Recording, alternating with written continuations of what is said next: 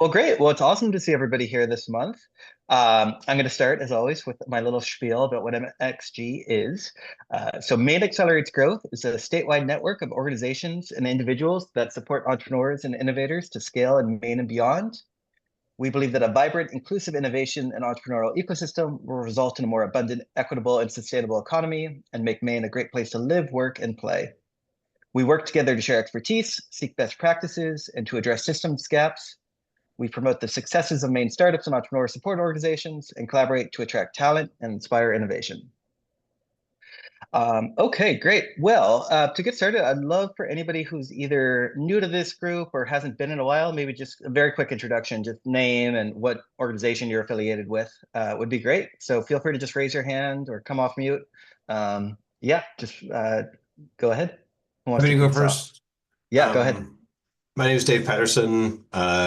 New to Maine, moved here not quite 3 years ago. Very interested in the entrepreneurial space here. I do have a day job that you can see here along the bottom. I work for sustainability consulting and SaaS B2B enterprise firm. Great to meet everybody. Welcome, David. Go ahead, Sarah. Good morning. I'm Sarah Delmar, new to this group. Also newly returned home to Maine after spending 20 years in the Boston area, doing global expansion at Cambridge Innovation Center, which builds spaces and infrastructure and support for startups. Here in Maine, I'm doing economic development consulting, working with Focus Maine on how to grow life sciences here in the sector of Maine, and also more recently working with MTI on an upcoming request for proposal to build shared lab space here in Maine. So happy to be back and really excited to be plugging into everything entrepreneurship here in the state. Awesome. Well, welcome, Sarah. Robert, go ahead. Great. Hi, everybody. My name is Robert Schmedeke. I go by Bob. I'm here representing Bigelow Laboratory for Ocean Sciences. I'm the Director of Technology Development here. So I help guide a lot of our researchers' ideas into the product space and work on prototyping and value proposition and all that good stuff. And we also have a couple of specific initiatives. One is the Maria program, which we have a lot of partners probably online here, which is sort of a business accelerator in the marine space to leverage some of Bigelow's capabilities and to bring in external partners. So yeah, great to meet the group and looking forward to hearing more. Awesome. Welcome, Bob. And Ben, go ahead. My name is Ben Smith. I live in Hamden, been here in Maine forever, my whole life. Recently spun up a new business on my own for fractional chief technology assistance and guidance. So basically looking to help small to medium businesses that have challenges from a technology standpoint, whether that's figuring out how to integrate solutions or want to buy a new system but don't know which one to buy, or want to develop a new piece of software or something like that. So looking to help guide and mentor and potentially help out any company that needs some technology help. I'm here to help and chat through different ideas. That is me. Great, welcome. Thank you. Anybody else who's new to the group? Don't think I see any hands or folks coming off mute. So great. Well, awesome. Well, welcome to all the new folks, and it's good to see a lot of returning faces. So I normally kick this off with MTI updates. The big MTI update I'm actually doing is a presentation later in the agenda. So my only other update is just about MXG, and specifically that next month we're going to do an in-person MXG, which is really exciting. At Startup Maine Week, we did one last year and it was a great success. We had, I think, 60 odd people there. So we're going to do it again. It'll be again during Startup Maine Week. I believe that's May 22nd. I'll send it out in an email after this. It'll be on the Thursday of Startup Maine Week. It's going to be 30 minutes earlier than normal, so it'll start at 10:30 and go to 11:30. But it should be a great event. Really nice to see folks in person. So I hope to see a lot of you there. And that's all from the MTI side of things. So I'll turn it over to Eric at DCD. Morning and welcome to those new folks. This is only my third meeting, so I definitely know what it's like coming in and kind of learning all these new faces and new opportunities and programs. Just quick overview. I represent the Maine Office of Business Development, and what what DECD does overall is to really support business and community development statewide. But within business development, we have all kinds of resources to help every business at every stage of that cycle. So just to give you an example, last night we were working with the seafood industry on data reports. All the large companies were involved with that. And then this morning, just working with small startups, a sole proprietorship, working on some expansion plans, and then helping a potential new business owner do the logistics of planning out an initial business. So a lot of resources exist, a lot on the domestic trade front with marketing resources. So I'm happy to share information and meet up with anyone who'd like some further assistance. As far as some updates, the big update for our department is that our new commissioner is now official and on board. He hit the ground running this month, and there are some exciting opportunities underway. Everybody has kind words to say about Heather Johnson. I'm sure many of you know her well. So we definitely appreciated her service. The Governor's Conference on Tourism is underway right now. So when this meeting ends, if you have a little time to run up to Bangor, you have a couple more hours to hit up that space and see what's happening in the tourism field. And then I did mention this last month, but coming up in the beginning of May on the 7th is Mitzi's Trade Day at LL Bean. So great time to see what the opportunities are for trade and business. And of course, there's no probably better place to be than at LL Bean's headquarters, even under construction in Freeport. My last update has to do with the Maine MEP, or the Manufacturing Extension Partnership. I'm sure many of you have read about them in the news. What they want everyone to know is that they are still working with people, so please reach out to them. Please connect people and refer people to MEP.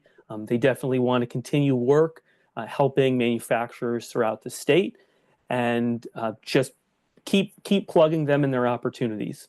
So thanks so much for joining us all today, and I look forward to hearing some of the presentations. Great, thanks, Eric. Any questions for Eric? And if not, we can turn over to Santi at the Roux Institute. Yes, hi everybody. How is everybody doing? I believe that I know most of you, but for those of you that don't already know me, I am Santi Zindel. I'm the director of the Roux Institute Founder Residency. I did a quick little shout out to, or pitch about our applications being open last month, but just wanted to come back and dive a little bit deeper into the Roux Institute Founder Residency, since our applications close at the end of this month. So I'm just going to share my screen, and Tom, it looks like it's not letting me share. Okay, I just allowed. Try again. Let me try that. Perfect. Can folks see the presentation? Yes, and I just set a timer for 10 minutes. We're a little ahead of schedule, so if you need an extra minute, that's fine. But just to give a general sense of time, it should be showing up on my screen. Great. Awesome. So for those of you that don't know much about the Roux Founder Residency, it is one of multiple venture creation programs that we have at the Roux Institute. There is sometimes some confusion because we have two founder residencies, the Future of Healthcare Founder Residency and the Just Founder Residency, which is the one that I am talking about today. So the Founder Residency is a year-long residency where we accept 10 early-stage tech startups across all industries. We are industry agnostic, and we focus specifically on supporting ventures led by underrepresented founders.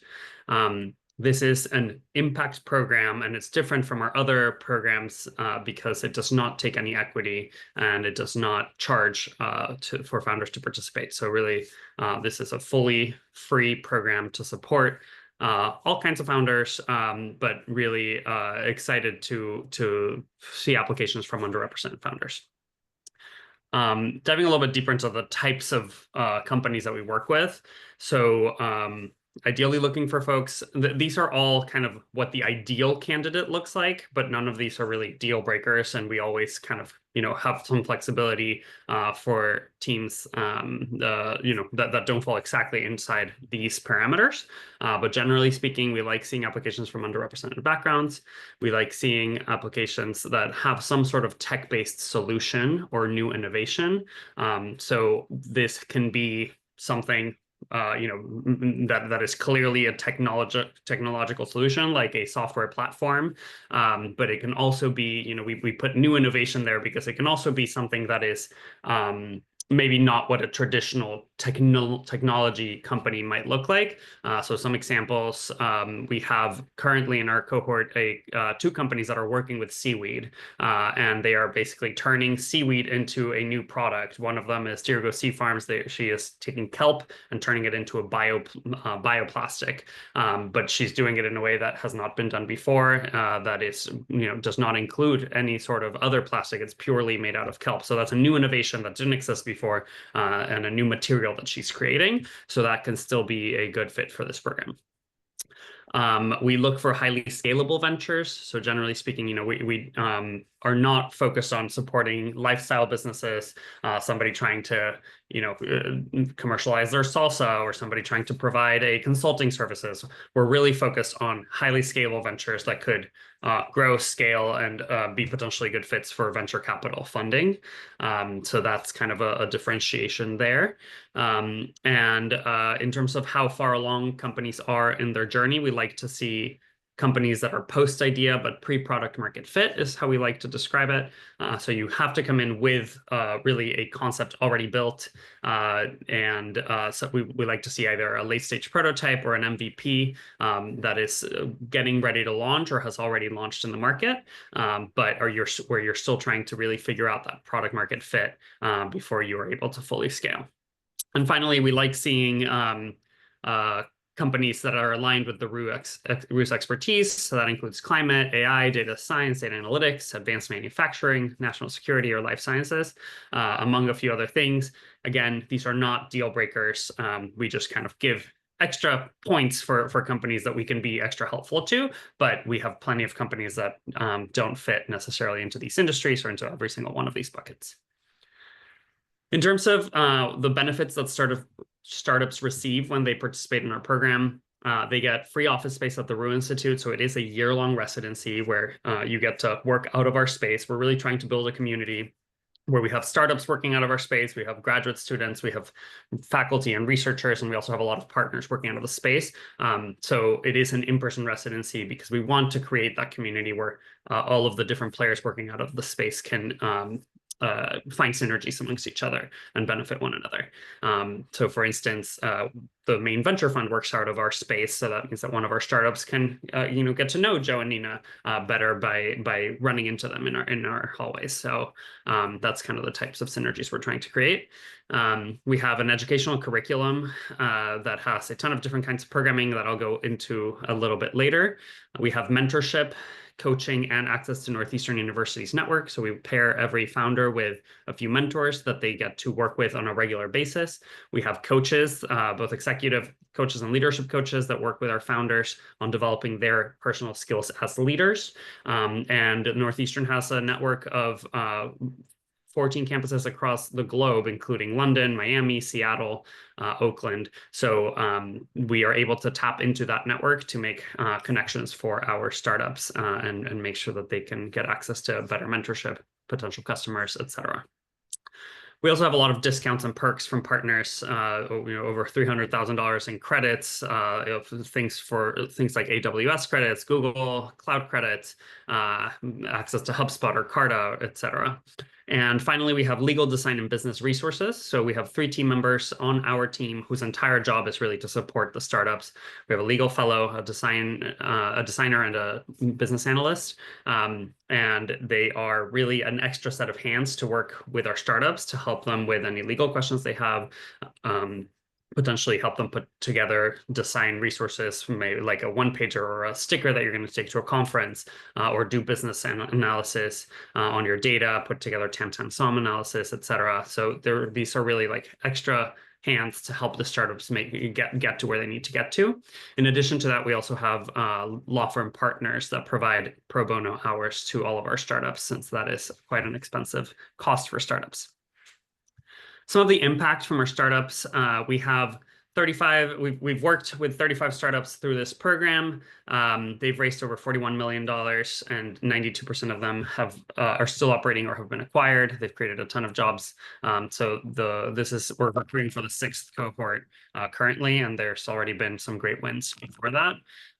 However, they are not the only startups we work with. Like I said, we have a bunch of other venture creation programs that have supported over 100 startups in our programs. I'm running out of time, so I'm going to skip through some of this. Some important details: applications close at the end of this month, April 30th, and the program starts in September. I'm going to skip through some of this. A week in the life. So during the programming, we have a lot of different, the first 3 months are the intensive. And so we meet 4 days a week with a lot of different educational workshops. We have forums for the CEOs and CTOs to talk to each other. We do a lot of community buildings with the cohort. We have family lunch every week. We have team socials every other week. And then we do things like progress reviews to keep the whole cohort accountable. And finally, the programming themes for the workshops, it's really all focused around business programming. How do you successfully run a business? So that includes things like startup basics, sales and marketing, legal considerations, fundraising, finances, and leadership and management. And with that, I would love to open it up for questions in the last couple of minutes. Well, thanks. Yeah, questions. Feel free to raise hand. Actually, if you do the digital hand raise, that's helpful because we have enough people. I can't see everybody on my screen. Go ahead, Bob. Hi, Santi. Thanks for that. Does the cohort include, or have you ever included, Northeastern faculty spinout type? Yes.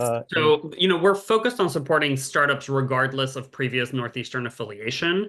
And actually the majority of the startups are not previously associated with Northeastern, but we've had at least one Northeastern faculty. Deep Charge was a Northeastern researcher and faculty that was developing a technology through the research being done at Northeastern, and then we helped them commercialize that. Gotcha. Cool. John or Charles, I'm not sure which of you. Hi, Santi. Thanks for that. A question: what sort of breakdown in the programming exists between sort of remote versus in-person? Because we're located in the Mid-Coast area, about hour and 45 minutes from Portland, and would love to hear sort of what level of accessibility it is for folks outside of the Portland area. Yeah, so it is an in-person program, and we are kind of looking for folks that can work in residence at the Roux Institute. I'd be happy to chat about your specific situation, but like I mentioned, during the first 3 months, we have 4 days a week. We have programming 1 hour to 2 hours a day, and most of that is in person. We want to have at least one founder that's like really able to participate in person in those workshops, but we do have a remote option for people when they're traveling or when they can't make it.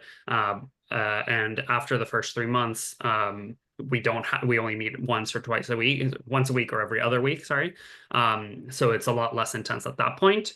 But during the first 3 months, we want to see a commitment to be able to participate in person on a fairly regular schedule, understanding that, sometimes you can't make it every single day. Perfect. That's helpful. Thank you. I had 2 quick questions. One is, can you just elaborate when you say underrepresented, what sort of founders would kind of meet that criteria? And then also, you don't have to be a Maine-based company, correct? It can be, my recollection is you've had companies from all over the world, and then some of them have gone on to stay in Maine. Is that right? That's correct. Yeah. So there's no requirement to be from Maine or stay in Maine. There is a requirement to participate in person during the first 3 months, like I just mentioned. The underrepresented piece, I would not let that piece dissuade anybody from applying. I would say open to anybody applying, and we have had companies that are underrepresented go through the program, but we want to make sure that those communities that are not necessarily targeted to through a lot of these programs feel welcome to apply, and and we want to be able to support those folks. Great. Noreen, I see your hand raised. Feel free to ask a question. Just let's try to keep the question and answer fairly brief so we can get on to the next one. Okay.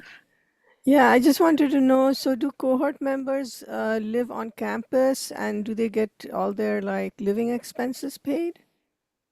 No, so we don't actually have housing. We don't have campus housing at the Roux Institute.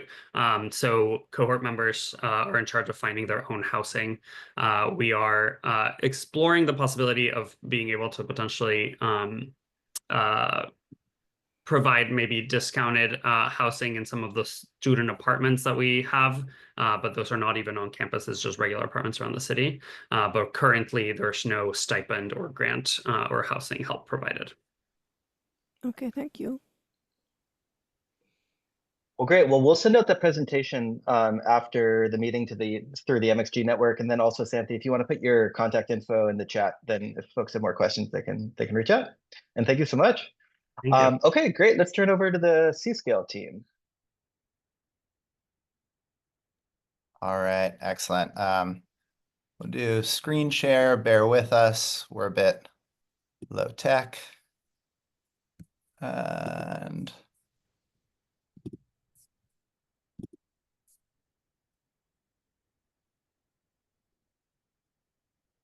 all right, can folks see? Yeah, but you're on the first slide. Maybe the last slide. But yes, it showed up. Excellent. Okay, there we go. So hi, everyone. Thank you very much for all being here this morning. Thanks, Tom, for having us. Just a quick introduction. My name is John Steuber. I live in Tennants Harbor. And my name is Charlie Walsh. I live in Thomaston.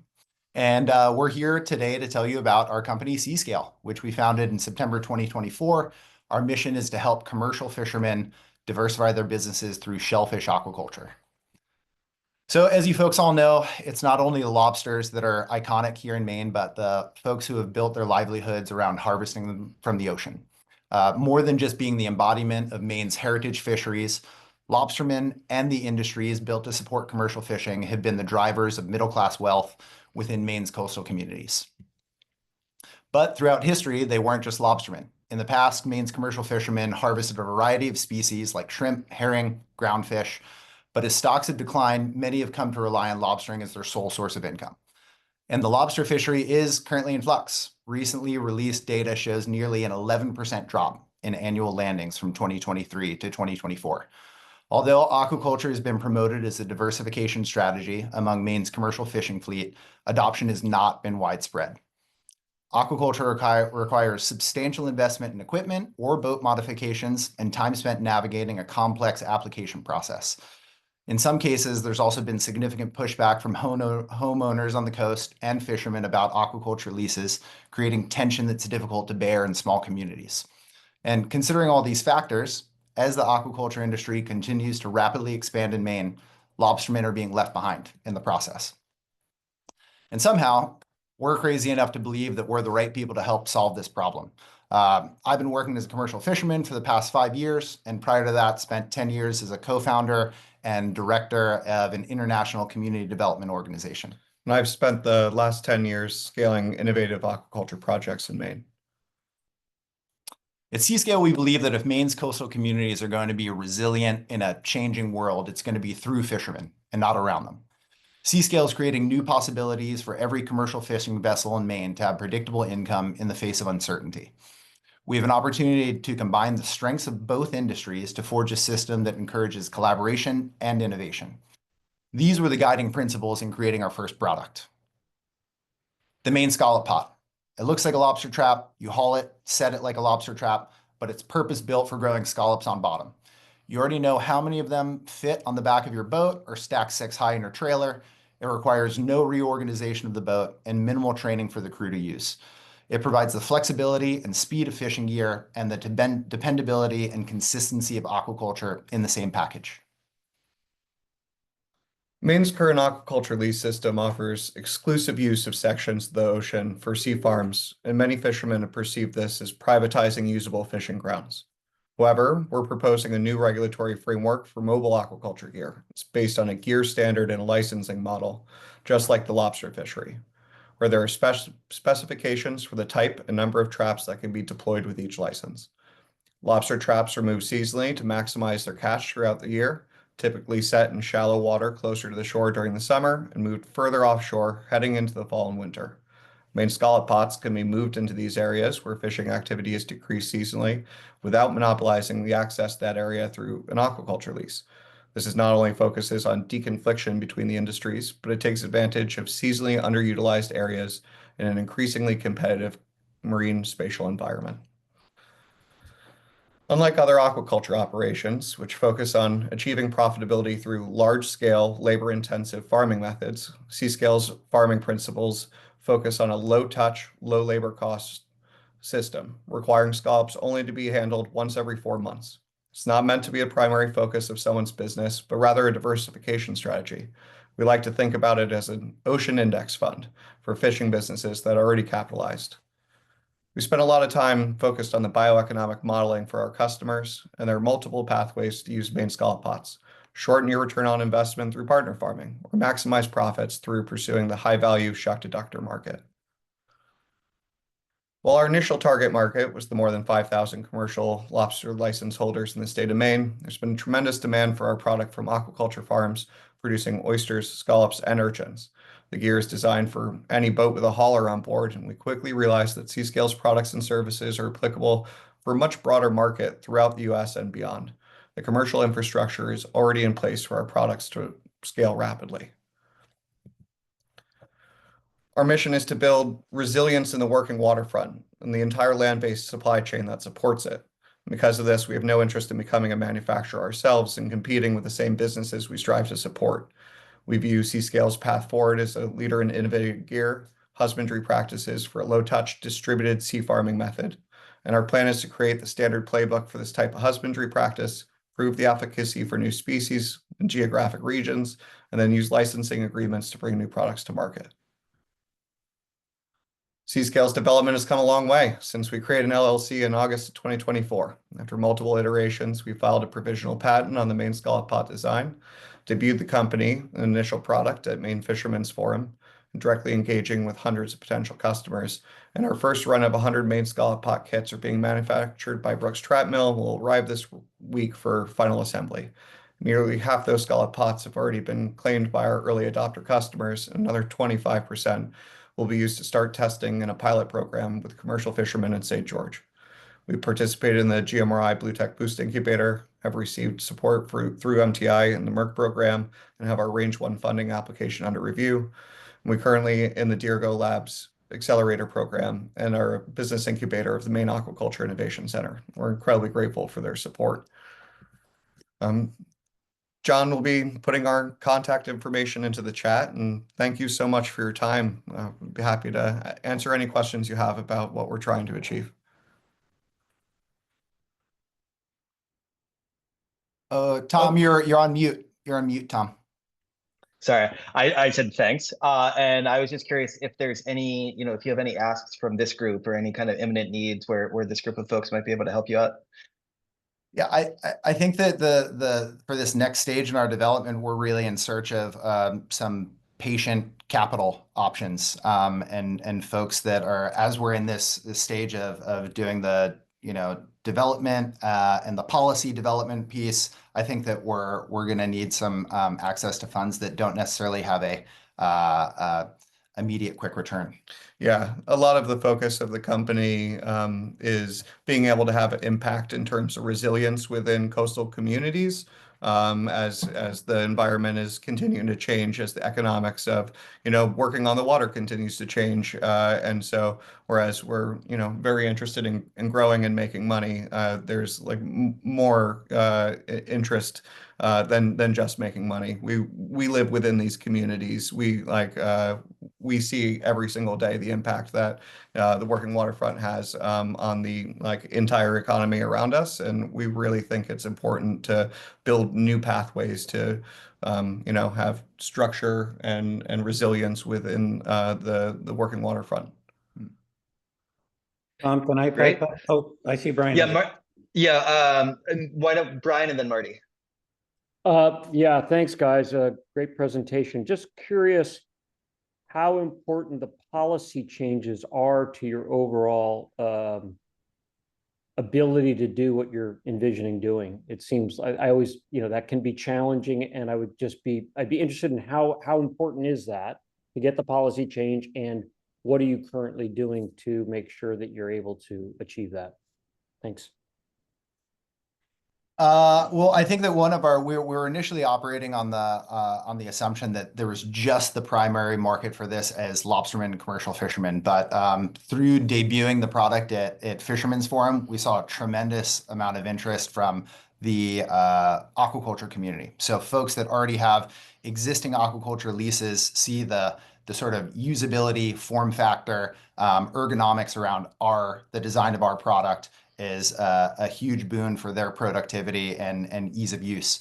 So I think that there's certainly a market that's there.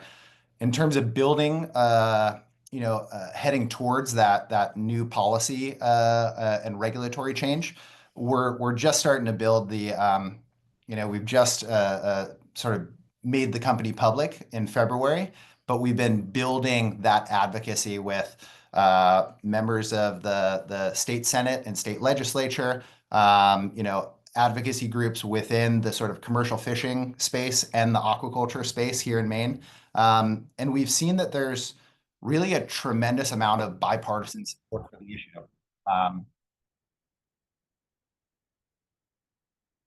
I think that for on both sides of the aisle, that they see being able to help in the economic underpinning of our commercial fishing and aquaculture communities, there's support on both sides of the aisle for that. Great, thanks. Sorry about the stopwatch playing. I don't know how to turn off that sound, but I'll try to keep an eye on it and cancel it in the future. Marty, go ahead. Last question, and then we'll go on to the next one. It's okay. We can keep us on schedule. Guys, I think you have a great concept. I love the organizing principle of maximizing the value of your time on the water. I think that's really powerful. Thank you. Thanks, Marty. Awesome. Well, thank you both. And yeah, I see Cindy posted a comment in the chat about some possible federal funding. And if you want to post your contact info in the chat, in case people have more questions, that would be great. We will. Thank you so much. Perfect. Thanks, everybody. Okay, so the next presenter is actually myself. So let me share my screen. I'm not going to put on the stopwatch, but I'll keep an eye on the clock. He who holds the keys makes the rules. Yes, exactly. Is this showing up for everybody? I can't see thumbs, but I'm hoping yes. Yep, thanks, Joe. Yes. Great. Okay, so what do we have for time? 4:38. Okay, I'll try to keep this fairly quick. I only have a few slides. So at some previous MXGs, I've mentioned that MTI is in the process of developing a new approach to our funding for ecosystem partners. Partly because MTI, it's part of our statute that we're supposed to help improve Maine's entrepreneurial support ecosystem and innovation ecosystem. But we haven't necessarily had a very tailored program to that in the past.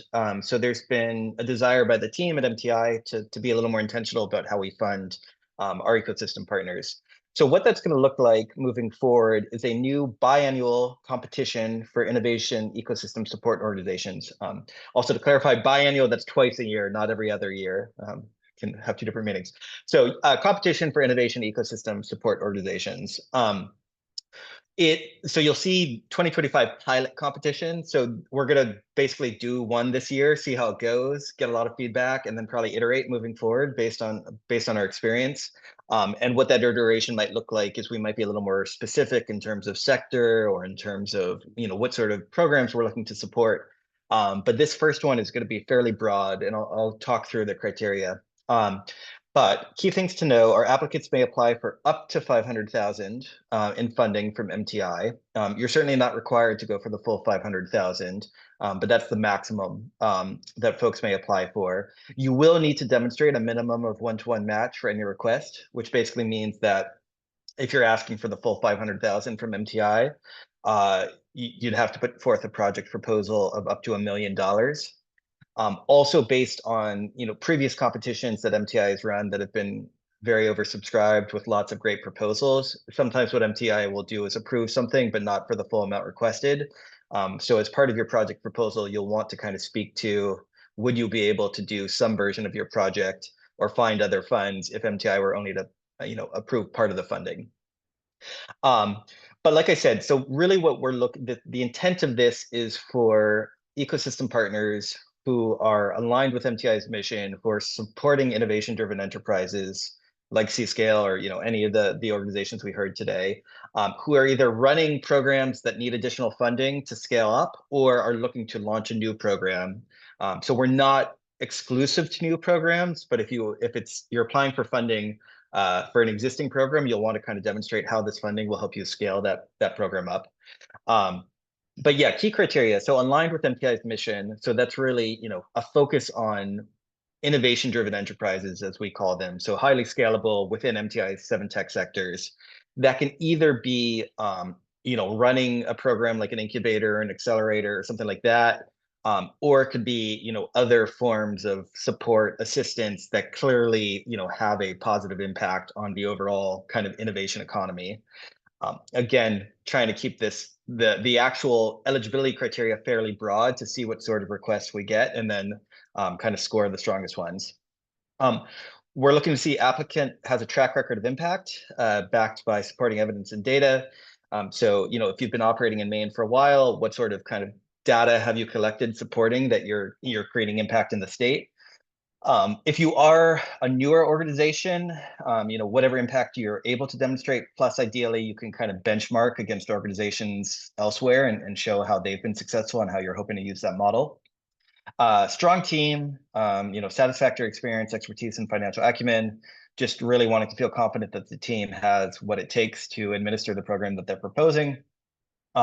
Compelling need for the proposed program within Maine's innovation economy, and complement existing resources in Maine's innovation economy and meet a need that would otherwise be unmet. So again, just ensuring that proposals aren't duplicative of what's already out there, and that we're meeting a real need that's currently being unmet, or if you're an ongoing program, that your program has been meeting a need that would otherwise be unmet. And then a strong project proposal with an implementation plan with clear deliverables and use of funds. We don't have a specific timeline for how long a project should be. I would say, I think we're envisioning anywhere from a 6-month to 3-year project would probably kind of fall within what we're looking to see. But again, trying to be flexible on what sort of proposals we might receive. So the plan timeline, and this is subject to change. This competition was just approved by MTI's board on Monday, and we're still finalizing the rubric and the application. But the tentative plan as it stands, and more information to come, is we're going to finalize the scoring rubric and application in the next week or so. May 6th, MTI is actually launching a new website, or a revamped website, and we're hoping to have the application portal open at the same time that we put out the revamped website. About 6 weeks later, the application portal will close. We'll have an internal review team who will finalize reviews and scoring. And the highest scoring proposals will actually be invited to pitch to MTI's board, who will make the final sign off. And then winning proposals notified sometime in July, and then there'll be a contracting and funds dispersed component. So that's actually all I have. I did want to just touch on a couple other things that I anticipate will be questioned. So there's no hard and fast rule that you have to be a nonprofit to apply, but you'll need to show that you're a mission-driven organization that's very kind of tightly aligned with MTI's mission. What was the other one I wanted to mention? I forget for now. Well, I'll take any questions and then maybe that'll come to me. Or maybe there's no questions. Tom, I saw that Anthony had a question about match. Does match have to be cash? Great question. That was actually one of the things I did want to mention. Yeah, so there's 2 outstanding questions that we're still resolving internally. One is, does the match need to be fully acquired at the time that an applicant applies, or could it be kind of a condition of funding? So basically we say, well, we approve this pending you securing the rest of the cash match. I think in a lot of ways that approach is preferable to because it allows folks to kind of leverage the MTI award to raise additional match, but it also makes the scoring a little tricky. So we're still figuring that out. I think cash match is probably going to be highly preferred, but maybe not a firm requirement. So other forms of match would be like in-kind match, donated labor, supplies, or time. So again, more information to follow, but I think it's going to be cash matches scored higher, but other forms of match would be accepted. Santi, go ahead.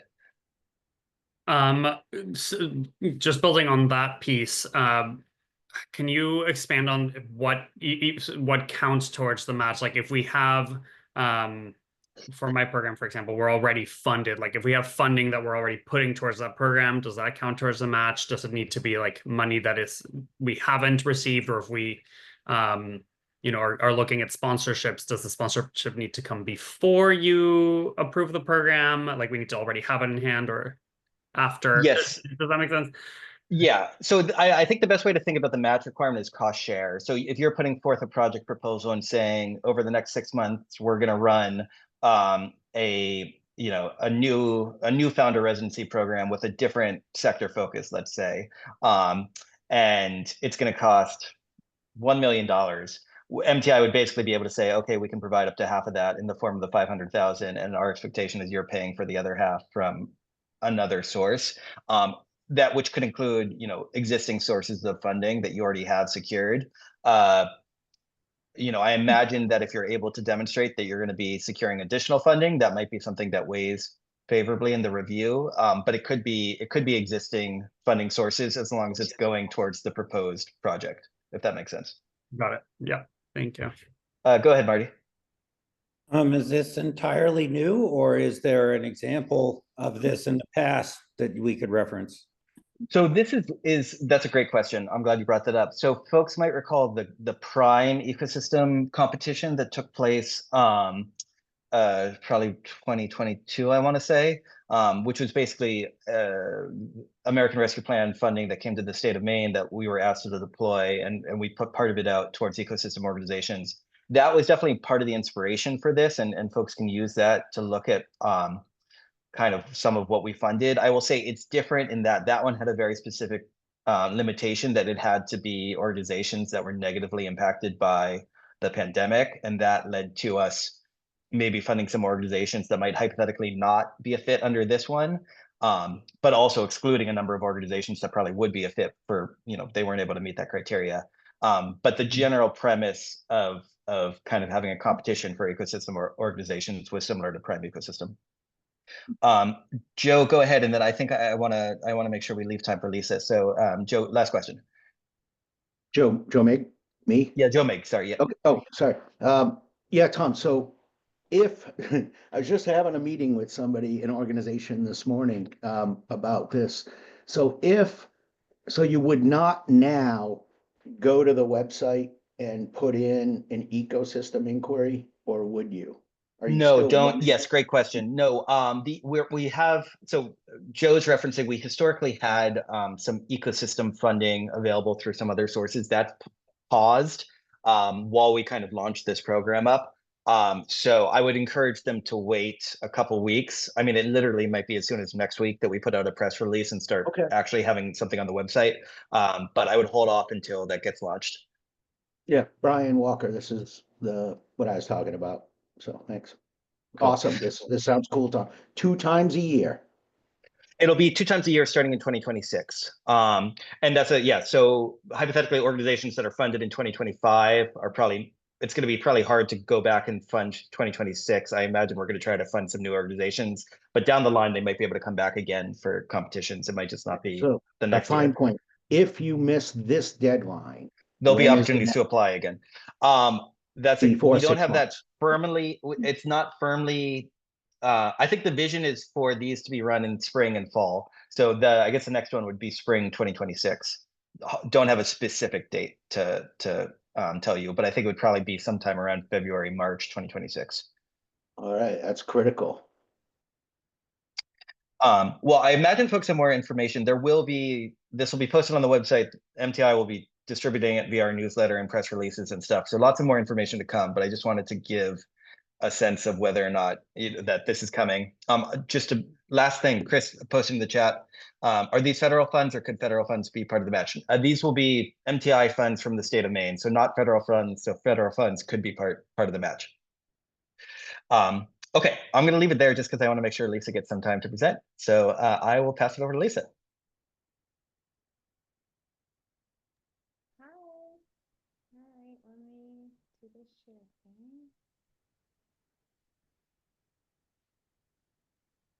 Can you guys see my screen okay? Yes, you're sounding a little quiet to me on my micro or on my headphones. I don't know if that's the case for everyone. Is this Yeah, I better? can't hear her either. It's a little better. Say something again, Lisa.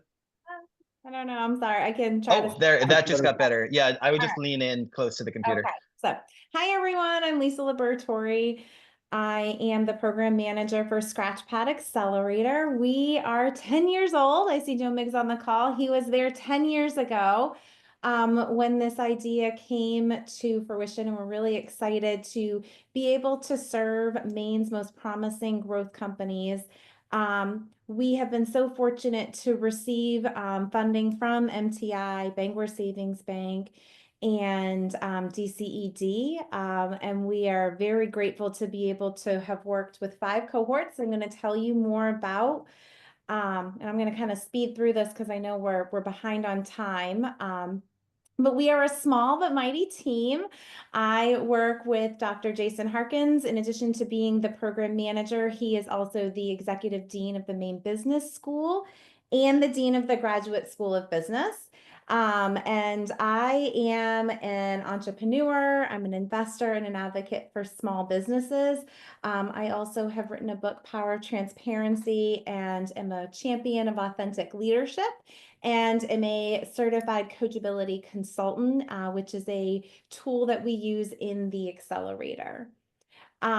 So we have just finished up our 5th cohort, and we have had to pivot because of the pandemic.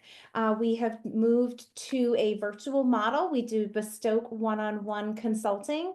We also pull the cohort together for different opportunities. As you can see, the Maine Angels met with us recently, and we've also had opportunities to do investment hours with Maine Venture Fund. MTI has been very generous in providing sponsorships to be able to do financial modeling with Sebron Reeves. So the companies, not only do they get a full day intensive modeling, but they get a lot of one-on-one time to be able to really dive into their numbers and make sure that when they go out to raise money, that they feel confident in their projections. And we provide a lot of mentorship. And so we're very grateful to be able to meet with the companies, find out where their problems are, and then connect them with very specific mentors. And we've been very fortunate to build a really robust pool, but also have tapped into MCE's pool if we don't have someone. And so again, just love being in a collaborative ecosystem where we're able to really be able to provide the best advice and support for entrepreneurs to meet them where they are. So these are the different cohorts that we've had. In 2015, we were focused on technology companies. 2017, we focused on female founders. In 2019, we focused on spin out and spin up. And then 2024 and 2025 have been focused on the agriculture, aquaculture, value-added food, and food technology. And so I wanted to share with you my incredible 2025 cohort and invite you to an event. So I'm going to just share, this is all of us at the financial modeling workshop that we did in Brunswick. So we got everyone together for a day of numbers and founding bonding. So the first company that I want to tell you about is the Naughty Sisters Sea Farm. They are a small-scale, female-owned and operated oyster farm located in coastal Maine that is growing their oyster farm tour. So she is currently looking for a captain and is really excited to be able to work through the program and redefine her business model and kind of grow different areas of the business.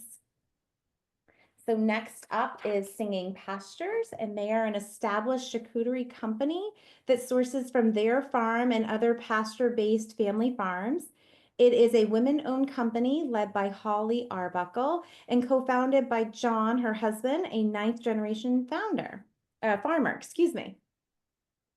And then, sorry, I'm trying to speed. Then we have Watermelon Pie, and that is a cooking community and recipe sharing platform developed in Maine to help home cooks collect, evolve, and share their favorite recipes with family, friends, and their local food community.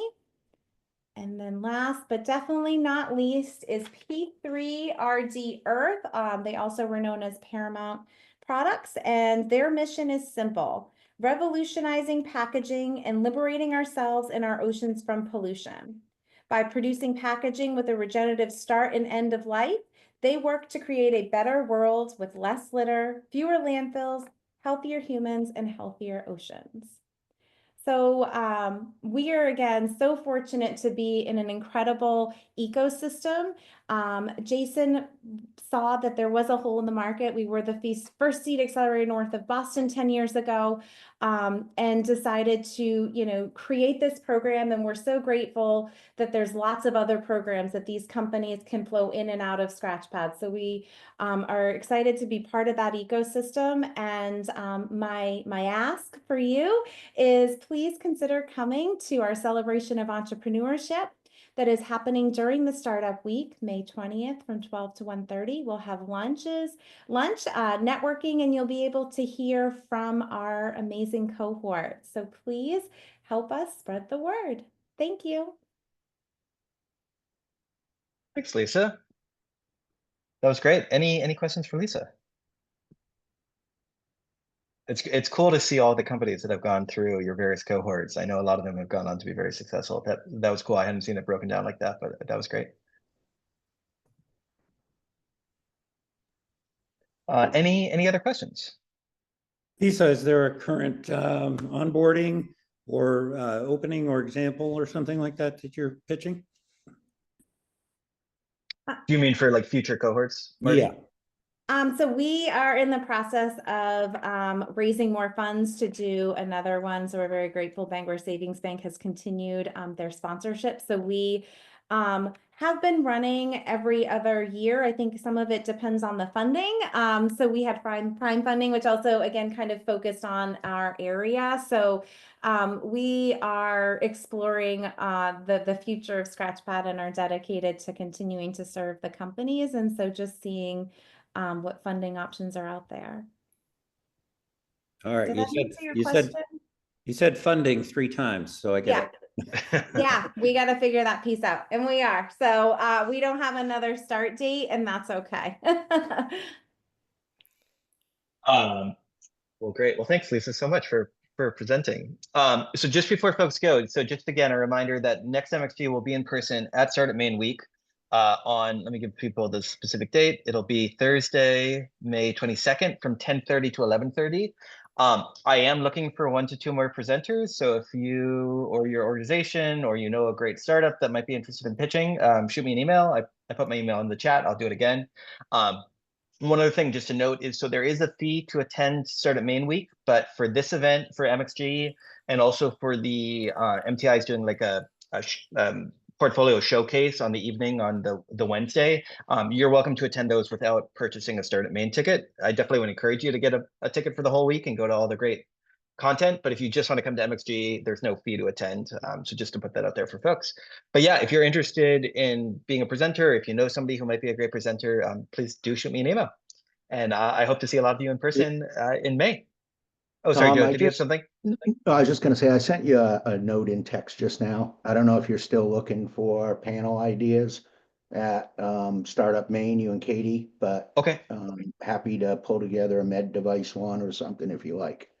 Yeah, I would check. Katie's kind of leading all the programming on that one, but Joe, I'll follow up with and connect the 3 of us. Yeah, sounds good. Awesome. Take care, all. Great to see everybody. Thank you. Bye now.